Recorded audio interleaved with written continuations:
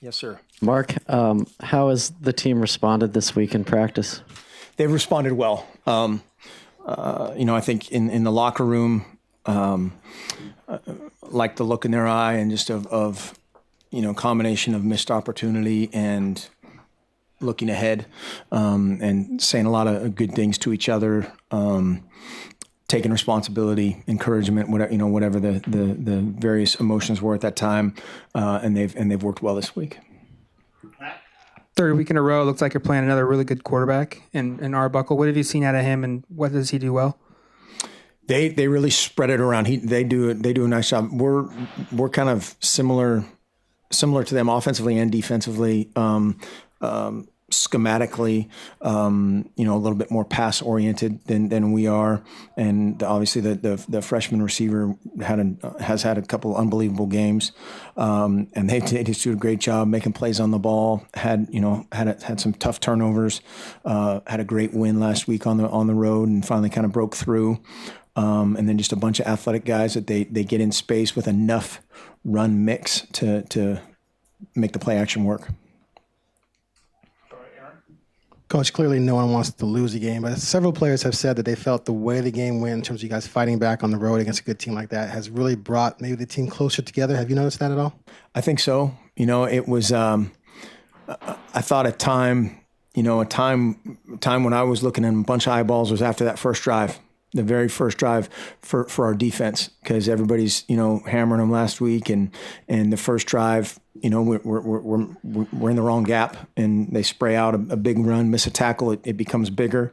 They score on a play action, and it's just bang bang. That's a time where usually there's some uncertainty, some finger pointing, whatever it may have elicited, and there was none.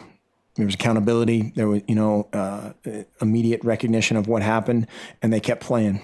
Played probably their best football in they had the ball a ton in the third quarter and building into the fourth quarter, and that will pay off. And it's one of those things, and we talk all the time about a sense of urgency, but sometimes it takes a true punch in the gut to.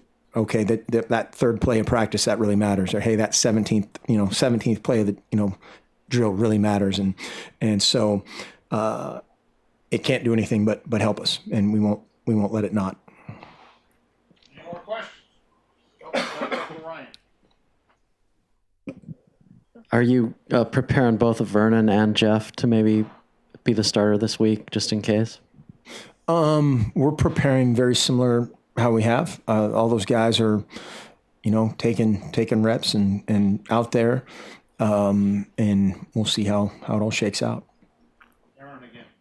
We know you don't talk about injuries, but players and some coaches have acknowledged that there is an injury on a certain hand of a quarterback. But what people are saying is that the toughness he's shown and the resiliency and the accountability, even in the face of his own injury, has really helped embrace him and ingratiate him with his team, and that he is truly a Duck. It doesn't matter, he's been here 4 weeks. Do you get a sense that he's really demonstrated to this team that he's one of them and not just a gun for hire, so to speak? Oh, definitely. And I think that started, I think I said on day one, he wanted to step in front of the team and make this big talk and apologize for being a distraction, all this stuff. And I'd say, don't talk, just do. And he has worked ever since then. And that really ingratiated his, into everyone is just how hard he worked. And certainly, taking accountability for things that may or may not be your fault, or certain things that are out of your control. Absolutely. And that's the sign of a good leader. And then, hopefully all the followers do the exact same thing, in terms of taking accountability, looking at themselves and what could I have done? What will I do? All those things going forward. Go to Bree, right inside.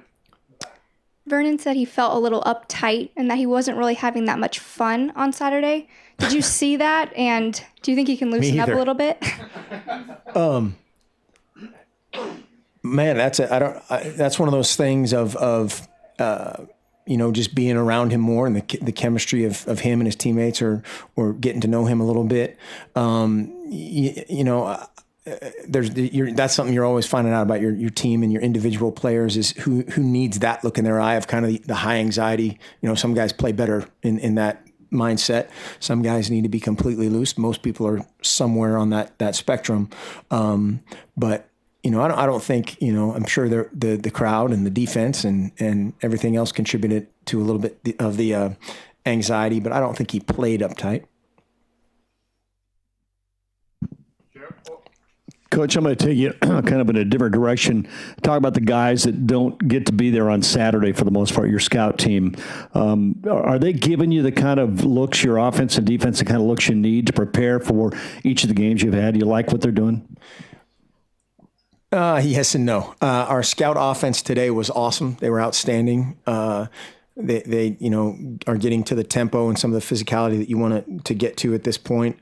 You can't simulate some of Michigan State's guys with your scout team, and it's just physically impossible. We don't have those guys around here just on the shelf.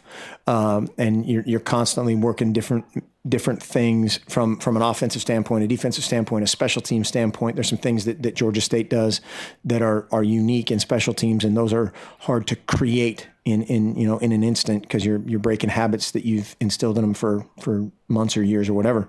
But for the most part, those guys are working their tails off. They're making honest mistakes when they do, and that is an invaluable part of building confidence in every phase leading up to the game. You can't be successful without great scout teams. Cannot.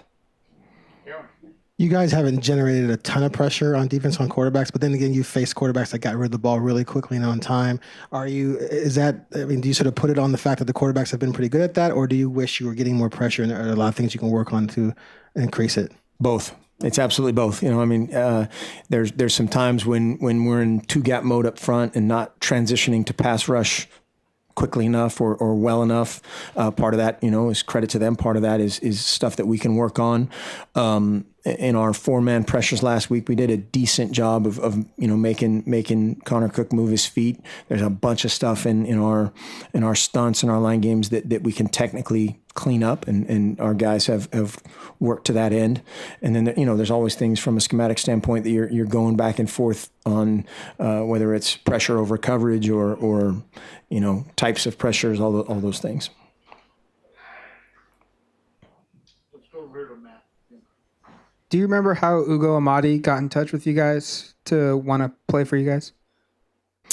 I don't remember exactly. I just remember John Neal coming down the hall all excited, which is, like a Tuesday.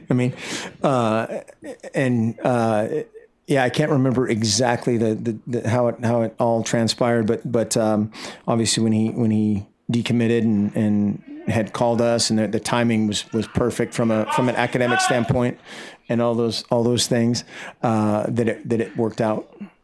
Was there any hesitancy of taking a guy who hadn't even visited? I can't remember if I've ever seen that before, of a guy committing without and then signing and enrolling early without ever seeing the campus. Right.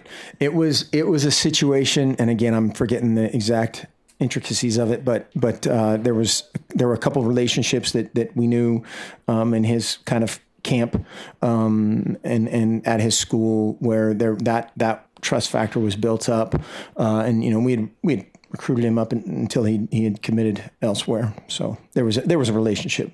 Yeah. What's the takeaway from Marcus Mariota's game? Did you watch it?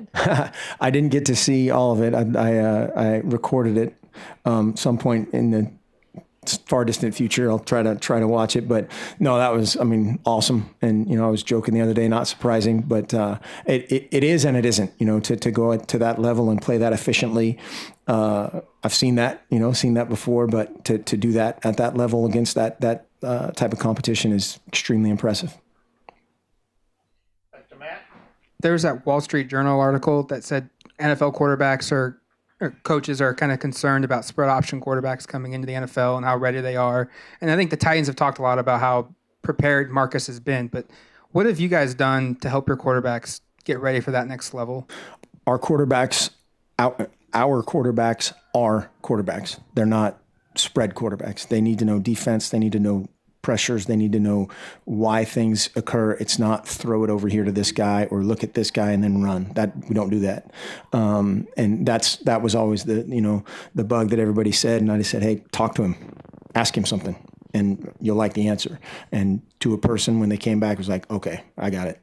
And they're used to talking to some of these other guys in these other systems that they don't ask them to do anything. And that's not what we do.